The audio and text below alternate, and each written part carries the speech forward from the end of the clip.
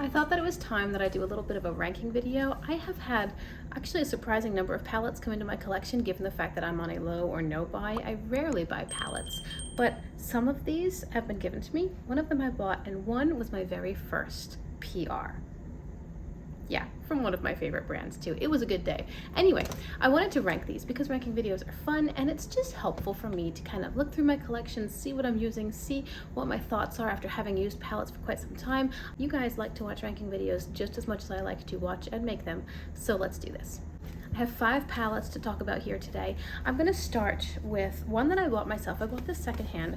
If I buy a palette, it's almost always secondhand, although recently I have bought a couple new, but they were on steep sales. Anyway, secondhand. So here is the Natasha Denona retro palette. Now, I have wanted to try Natasha Denona for years, literally years. I had heard rave reviews about her eyeshadow formula, and it seems like it's just getting better, especially in the shimmers. It seems like her mattes have always been a staple, solid formula for her, but her shimmers are improving. And so when I found this palette for quite a reasonable price, I thought, you know what, that's one that I'm interested in. I love the colors, I enjoy wearing berries, and I thought that it would be a good palette for me to just try Natasha Denona. She doesn't usually come out with wild or super exciting color stories, so this seemed like it filled a gap in my collection, and I was hoping that I would enjoy the formula. Now, it is appearing at the bottom of today's ranking, but only because it is more or less monochromatic. The formula is awesome. It really is beautiful. The mattes almost blend themselves. The cream to powder formula seems to be my preference as far as a grippy matte that stays where you put it and you soften the edges. I love that formula. So as far as the formula goes, if we were only discussing formula, I think it would be much higher, definitely higher than a couple of the others in today's ranking. But if I'm looking at my ranking as far as full color stories, I can get a complete look. I enjoy using it. The colors work for me. All of that in one tidy package. This palette doesn't offer me a variety of colors. It's pretty monochromatic. That's the only reason it's falling so low, the lowest, but really it's the lowest of 5, which isn't terribly bad. Anyway, beautiful formula, really, really lovely, and I love the looks that I get from that because these tones seem to be quite flattering on my skin tone. So when I want to feel elegant or chic or sophisticated, I'm gonna reach for something like this rather than a rainbow palette from somewhere else. By the way, all of today's palettes are linked down below in the description box. They are all still for sale and available. Next, we're going to talk about my very first PR. This is from Nomad Cosmetics, and it is the Ireland Wild Atlantic White palette. I couldn't believe when they contacted me for PR. I'm like, have you seen the numbers of my reach? Like sub 1,000 subscribers on YouTube, and then I think sub 500 on Instagram, maybe sub 300. I don't have that many followers, and I couldn't believe that one of my favorite brands was like, hey, we'd like to send you an upcoming release.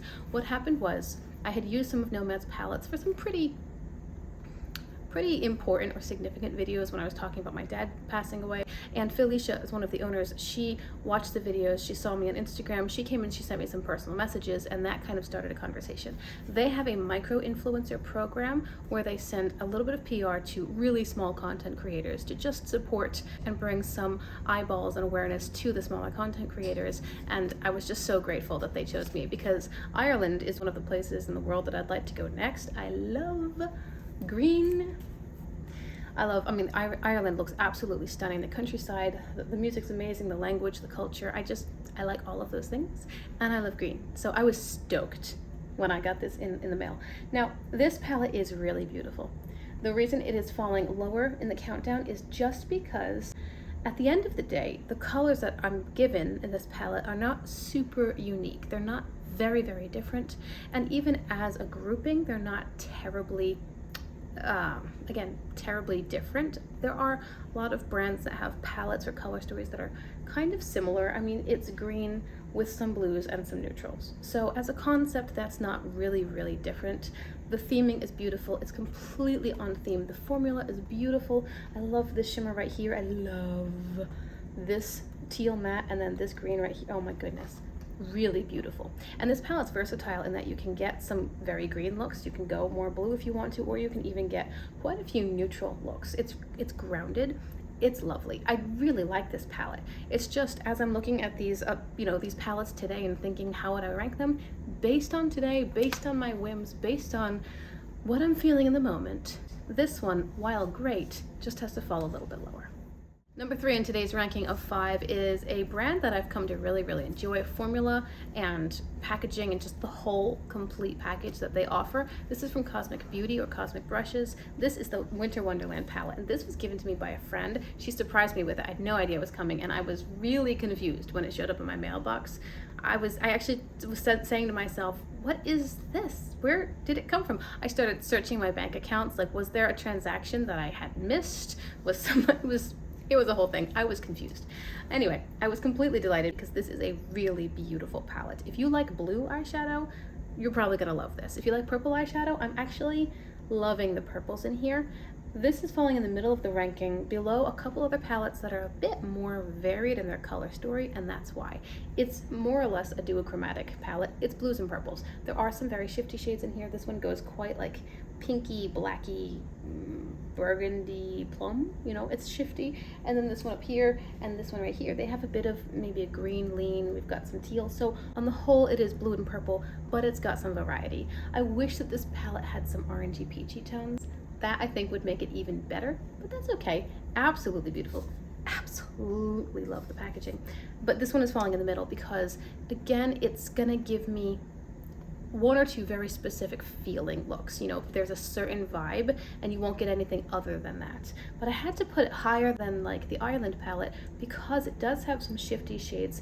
It does have some really unique colors in my collection. Even though I have 40 or 50 palettes, this is still bringing something new, something that I can't get in any of my other palettes.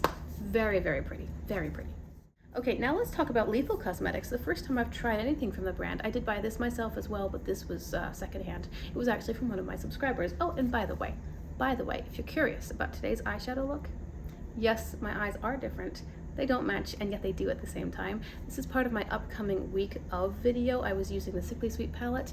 I had a subscriber who she specifically requested that I use 6 shades from the palette to do something, because those were the shades that she had played with and she was trying to find inspiration. I had 2 ideas, 1, 2, so I did them both. Anyway, if you want to see that, it's coming soon.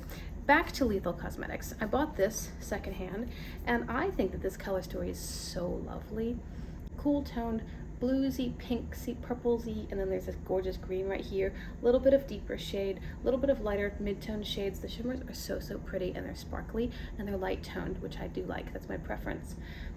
I thought about bringing this one lower because the shimmers are a bit dry. Actually, I would say the whole formula is a bit drier, a little bit less creamy and buttery than a lot of other mattes I'm used to. These are some of the most dry shadows, I think, in my collection. And a lot of times when Lethal ships something, people say that the shadows explode in transit. They break, the shimmers in particular. And that makes sense to me after having used them because they are quite dry. They don't have the same binding agent, I think, as a lot of other brands. But I had to put it higher because I love every look I get from this palette. It's so beautiful. All these shimmer shades are a little bit shifty. They change colors, they surprise you. You see a little peek of something that you weren't expecting. And this palette does have more variety in the colors themselves. Again, pinks, blues, purples. There's this green, which I will say doesn't pull as green as I want it to. It tends to be more of one of the other colors, depending on what you're pairing it with. Maybe I should try pairing it like with greens from a different palette, because there's clearly green in here, right? I'm not seeing that. That might actually pull out the green tone because I'm always pairing this with the blues and the pinks and the purples, so it tends to lean that way. Anyway, I digress. It's a lovely palette. I wish that the formula were a tiny bit, that it had a bit more binding agent in it, but this had to rank a bit higher because it gives me a wonderful arrangement of colors, actual colors, within a relatively small palette. This is not like a 40 pan palette. It's quite curated, and I think that they did a great job. And finally, I was actually surprised that this palette landed where it did. When I was looking at this collection of 5, I kept thinking, which one is clearly the bottom and which is clearly the top, and then figure it out in the middle? I couldn't come up with that. I struggled, and I had to put a monochromatic palette at the bottom because it was monochromatic only. As far as the top goes, honestly, any of these could have been at the top. except for maybe the Lethal because of how dry the formula is. But they're all great. They're all beautiful. I recommend every single one of these palettes. If you like the color story, I don't think you'll be disappointed. But for today's video, which might be different next week, I decided to put Gourmand Girls at the top. This is the Haunted palette. I did buy this myself when it was on a steep sale. And the reason that this one is ranking higher than all the others is, again, a mixture of the color story, the formula itself, and how I feel like I'm going to get a fully well-rounded and complete look from it. There are lots of colors in here. We've got greens and purples and burgundies, pinks, yellows, murky tones, cool tones, bright tones, darker tones, a couple of lighter tones. The shimmers on the whole are lighter as well. We don't have any really dark black-based shimmers. And the formula that I have found with this Gourmand Girls palette is excellent. Really excellent. Never have I had patchiness, never have I had trouble blending out.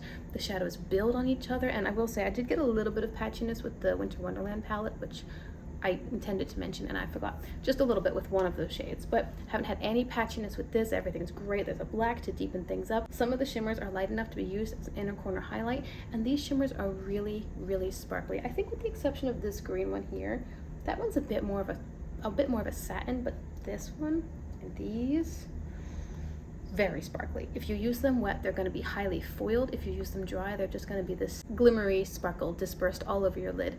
Very, very beautiful. So it really did surprise me, and this wasn't the first time I tried Gourmand Girls. It's a new brand to me. I am surprised that it landed higher than really any of these other ones, but when I sat down and thought about it and thought about what I'm looking for when it comes to these ranking videos, I want the color story, the formula, the performance, how likely I am to go into them, if I can get a complete look with depth and lightness and drama, or neutrals, or colorful, or bold, or muted, or cool, or warm, all those things. I think that I'm happy with where I've placed these palettes today. Remember to check the description box for links if you want to check out any of these. I usually put on my community tab if I notice that there's a really good sale going on for a palette or brand that I personally recommend. I hope that you have enjoyed this video. Do check the description box as well, because I've got an entire ranking playlist, which I can card above for you if you want to see it. I hope that you'll consider liking and subscribing before you go if you want to see more content like this. I enjoy putting it out for you, and I enjoy talking with you in the comments after you've watched my video. We can just chat about eyeshadow because it's a good time. Thank you so much for your time. I hope you have a great day, and I'll see you in my next video. Bye.